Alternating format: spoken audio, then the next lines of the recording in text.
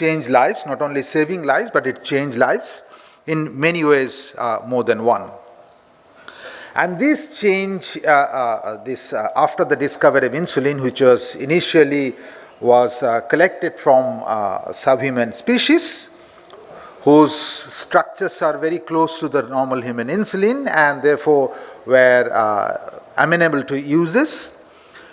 But we found over the years that it suffers from some limitations, and like in every aspect of medicine, strive to achieve perfection so far as insulin continues even till death. So starting with the animal insulin, and then we shifting to the recombinant human insulin. But the journey did not stop there, because we have understood that even the normal human insulin developed genetically, recombinant technology, suffers from some limitations. So are you not happy with the insulin that you use, the normal recombinant DNA technology insulin? Well, I just would like to recall this simple fact that the way that we use insulin is not really physiological. We'll try to mimic physiology so far as endocrinology is concerned. Endocrinology that way is very simple. So to say, if you have got a deficient disease, you replace it in a physiological manner. If you have got an excess disease, you just either extirpate or suppress that hormone.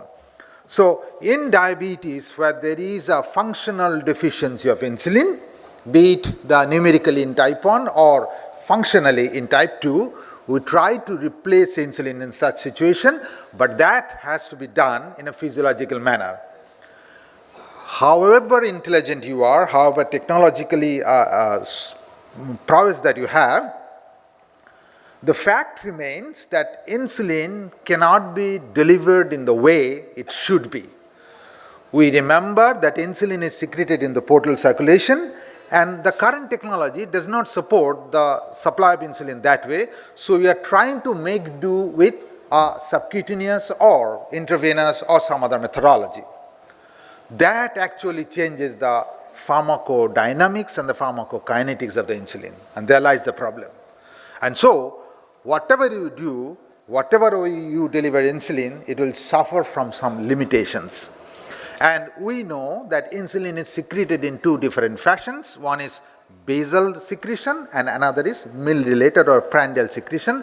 And that is why you need to have two different types of insulin, which gives you or mimics the basal insulin secretion, and the one which lasts for a shorter period of time related to the mill is a prandial insulin secretion. So what is the problem with the basal insulin that we have in our hand right now? To put it in short, they are not as long as it should be and not as short as should be. So it suffers from the limitation that most of the insulin, the basal insulin that you use, they are less than 24 hours of duration. So many times probably you need to take 2 shots. So that is increasing the discomfort. They decrease the flexibility. The absorption in the subcutaneous tissue is variable because of very many reasons. And whatever you do, once you put insulin into the subcutaneous tissue, the amount of insulin initially is high and later on it decreases, and therefore it has got the property of having a, so to say, a peak. So a basal insulin ideally should not have a peak. It has to be a peakless insulin. So it definitely suffers from the limitation of having a peak, however small it might be. And when you use insulin, basal insulin, especially given at night, to mimic the insulin secretory pattern from the pancreas to suppress the nighttime hepatic glucose output, it of course is packaged with the problem of giving rise to nocturnal hypoglycemia, which is difficult to appreciate and difficult to treat. And obviously we know that insulin is associated with increase in the weight gain, which is an independent risk factor for cardiovascular disease and various other factors. What are the problems with the prandial insulin? Similarly, the prandial insulins are long, as long we do not want it to be, and it is not as short we want to satisfy our demand. So it starts late and ends late, which we do not like. So we need to have insulin which starts immediately after food, which is difficult to mimic, and should stop its function within 1.5 to 2 hours, which it does not. It surpasses that and therefore leads to postprandial hypoglycemia as well. And to prevent that, we need to have defensive eating, and that defensive eating leads to weight gain and compounds the problem of obesity. So, is there any way that we can probably circumvent all this and try to reach so to say, our dream insulin, which is very close to normalcy in the sense, a physiological sense? I mean, an ideal basal insulin should be something like this, peakless. The fast-acting insulin, the prandial insulin, should be rising very fast and going down quickly. Unfortunately, this is the reality and this is the ideal situation. So can we go from here to there? Let's take a quick peek into the situation as we have right now. So that talks about the need to change the insulin molecule so that it serves the purpose that you need to have. We also need to consider another important factor which is coming up in the recent relevance in the scientific parlance, which is known as glycemic variability. To put it in short, in a normal person, the glucose varies throughout the day, maybe something like this. This is the postprandial state, this is the fasting or preprandial state.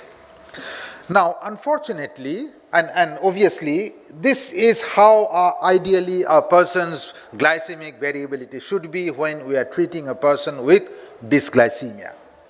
But unfortunately, because of the limitations of the insulin and the pathological state, the glucose varies widely. Now, the funny part is, if we measure the average of glucose by whatever means, you will see the average remains something like this in both the situations, both in this as well as in this.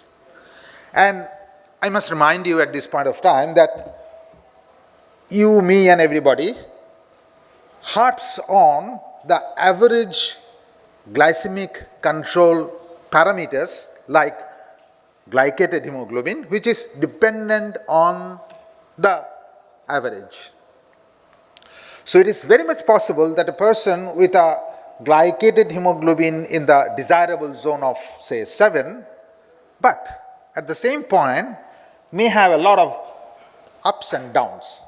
And this ups and downs is an independent risk factor for various problems including cardiovascular disease.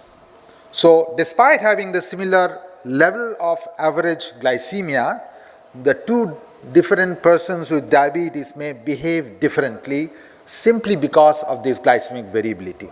And usage of insulin is intimately associated with this problem. So can we circumvent this one? So the insulin that we use, have been using for such a long period of time since the invention of it, suffers from this limitation of giving this wide glycemic variability. So we really need to have an insulin which reduces this glycemic variability. Now, can you really find out who is faring poorly so far as this glycemic variability or especially the sugar going down at night? Of course, we can measure by the continuous glucose measurement, but that's not a practical one for everyday use. There is a surrogate measure of it, like variability of fasting glucose. If we measure a fasting glucose for consecutive days for say 20 days, and if we see the variability, the persons who have got a wider variability of the fasting glucose are the ones who are having a increased incidence of nocturnal hypoglycemia, followed by fasting hyperglycemia, which is known as Somogyi phenomenon. So people who are having a increased fasting sugar variability are the ones who are at risk. So this increasing variability or glycemic variability is an independent risk factor for not only mortality, not only major adverse cardiovascular events, but also various other complications of diabetes that brings with time. Now, our old friend, the changed insulin, the first, so to say, the changed insulin was neutral protamine hagedorn, that is NPH insulin, discovered quite long ago, we have been using it for pretty long time, and serves as a reasonable surrogate for basal insulin delivery, but many times probably we'll have to give twice daily. This suffers from this problem of increased glucose variability and does not serve the purpose of having a, so to say, a peakless insulin being delivered as a basal insulin. And there come the new kid in the block, the insulin degludec, which when compared with the NPH head-on had shown that there is definitely a wide bit of difference so far as the glycemic variability is concerned.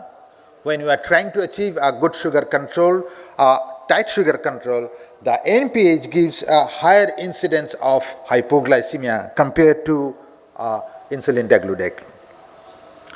So, hypoglycemia or recurrent hypoglycemia or hypoglycemia awareness especially is the situation where probably we will have to fall back on and derive the benefits out of this newer insulin, which gives you a benefit of good glycemic control but less of nocturnal hypoglycemia. Hypoglycemia, I mean, of course, there are problems associated with the hypoglycemia in the biological sense, such as the increased cardiovascular disease. It also has got a different ramifications or wider ramifications in the sense that it has comes with a large socioeconomic consequences. It is not only the direct costs, but also indirect costs, which many times we do not really take into account, has got an important implication so far as the quality of life or QOL of every patient is concerned. To address this problem, probably it is justified to use those special insulins which gives you a less incidence of nocturnal hypoglycemia or less glycemic variability because of its structural difference. So there was an important study done and which had thrown a good deal of evidence base so far as this incidence of hypoglycemia with the standard insulin vis-a-vis the newer insulin. And the interesting aspect is that it is a switchover trial, which is probably one of the strongest mode of evidence base. And in that particular study, when it has been compared with the standard of care like glargine, which has established itself as a good basal insulin, and when it is compared with the changed or newer insulin like degludec, had shown even in this not only parallel but crossover trial shown that it does have a bit of an edge compared to the standard. So how does this degludec and this basal insulin glargine fare against each other? Well, they are reasonably good in reducing the glycated hemoglobin. Both are pretty good in that, especially controlling the fasting hyperglycemia. They both have got significant effect. But there is a minor degree of difference amongst the two, that the incidence of nocturnal hypoglycemia is slightly less with degludec compared to glargine. And this glargine that we are talking about is the U100 glargine that has been the standard practice for the last so many years, more than a decade. The one which has come recently, the U300 glargine, is probably different and closer to the pharmacokinetics of degludec. So the severe hypoglycemia is also less, especially in type 1 diabetes. And this U300 glargine, which is biochemically same as the standard glargine, U100 glargine, and this U300, which is 3 times concentrated, has got a different property of absorption in the subcutaneous tissue, and thereby it has got a flatter profile, that is almost not having a peak. So it goes closer to our heart. And if we compare degludec versus glargine U300, we will see that there is a minor degree of difference, probably nothing much to choose between, but even then there is some degree of less dose advantage in degludec, slightly less nocturnal hypoglycemia even with degludec. And another advantage of degludec compared to the other basal insulin is that it has got a flexible timing of administration. It can be given, today it can be given in the morning, tomorrow it can be given in the evening, day after tomorrow maybe in the night, simply because of its effect lasts longer than 24 hours. Similarly, there are other insulins like insulin aspart, which is bolus insulin, which is ultra fast in the sense that it starts its action pretty fast and ends its action pretty fast, in the sense that it serves only during the prandial phase, thereby not allowing the glucose to go pretty high. And here once again, it gives you or derives the benefit of less hypoglycemia. I would skip for some slides for the sake of time, for the brevity, and we will probably go quickly to another very important aspect of having the sort of deriving the best of both worlds, in the sense that can we have in the same pen an insulin and GLP-1 analog. GLP-1 analog has established its footprint in the field of diabetology some time ago and established itself as the number one agent to be used in people who have got significant degree of cardiovascular disease. In fact, it's supposed to be taken as the number one agent, surpassing even the metformin, our good old friend, established one. And if we want to get the advantage of that, along with insulin, if in the same pen we can have now, which is coming up recently and had shown a large benefit so far as this is the one combined, and we can see that there is a significant degree of glycemic control, good glycemic control with less amount of weight gain and in fact weight loss with that one, very minimal increase in hypoglycemia. So that's definitely an advantage. So this dual approach to diabetes, giving a basal insulin and a GLP-1 analog in the single shot, is the talk of the day. We of course would like to give insulin shots as scarcely as is possible. I mean, today probably we can think of giving 1 shot a day, maybe maybe 2 shots in 3 days even in some situations. But we are probably following to get this one, which can be given once a week, and this derives the benefit of giving less amount of shots. We of course have in our dreams some insulin, the same insulin packaged in such a way that it can be given in an oral form, thereby not only it is obviating the need for injections, but it is being delivered into the portal circulation directly, so it is much more physiological. So it's not only we are taking the option of shots, but also being delivered much more physiologically. It's still in the offing and probably will see the light of the day in a couple of years. We can also think of special insulins, injectable of course, which is smart insulin in the sense that it has got a sensor built in itself and serves its function only when the glucose level in the blood is high. So you can inject it and allow it to act only when the glucose is going high. That's also known as smart insulin. It's still in phase 2 and phase 3 clinical trial, and will see the light of the day surely.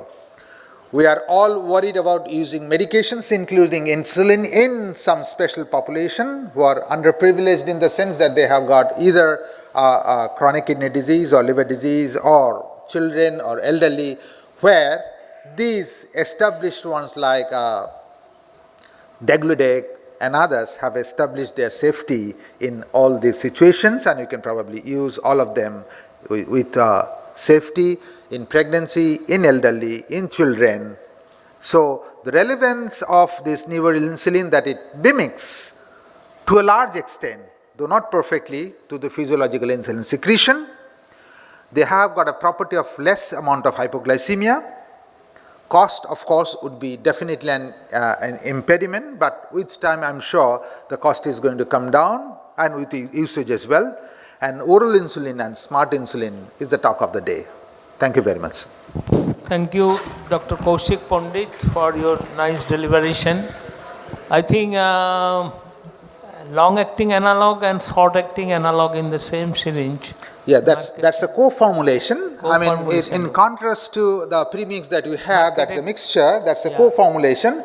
That also is available. There is one formulation which is available which can be given once or twice daily and can serve the purpose of controlling a hyperglycemia in the main meal. Yeah. And the glycemic variability is well addressed. Yes, sir.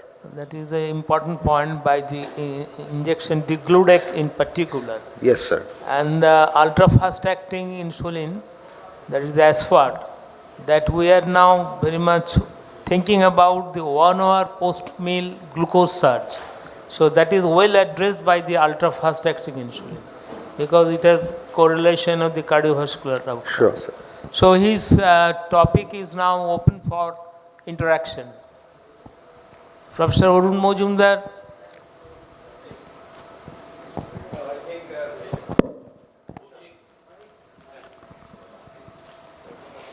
Coming to the practical situation, actually, majority of diabetics, Indian, they are in the rural side. So the financial capacity is sometimes is not allowing them to use this insulin analogs. So we are still dependent on the conventional insulin to a certain extent. And in our experience, we have found that nocturnal glargine with standard human insulin, non-analog, in the daytime, perhaps is cost effective. Have you got any experience on that? Because many of our patients are getting that stream, that regime. So have you got any comments on that?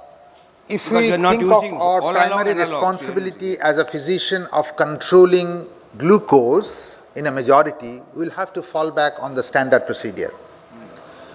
The ones who are having special problems like increased incidence of hypoglycemia would need a special approach. Ones who can afford to have medications which is likely to give less hypoglycemia, they can take it out of their pocket. But if we have to think of the masses, if you have to derive the maximum amount of benefit being delivered to the masses, we definitely have to fall back on the standard human insulin that you have been using for quite so many decades. Another very short comment. We are talking about prandial, we are talking about postprandial. But sometimes we have found that interprandial, particularly late hours in the evening, sometimes very difficult to control, even with your this sort of all these regimes. Absolutely. So I think absolutely. The evening rise becomes a major problem to deal with, especially in type 1, it becomes a very difficult problem to deal with. True. And many times they probably need to one extra shot at that point of time, however difficult or things like that you assume. Yes, sir. So, this is the last question because we can't invite because of the paucity of time. Okay. Kaushik, as erudite as ever, I have a very small query kind of thing. We have been talking about Degludec and Glargine I300 as well. Now we have different trials made by both the companies, and they show kind of different advantages and disadvantages. That kind of perplexed all of the clinicians. Now, My query is, when we talk about BRIGHT study, they have put emphasis on initiation part of the therapy, as you know very well. Now, what is your take from that? Do you think that this is really a very, very important part in the entire spectrum of treatment of diabetes as far as insulin, basal insulin is concerned? It has been a standard practice or standard knowledge. The usage of insulin as early as possible derives a lot of benefit. Because we have to understand that insulin is physiological.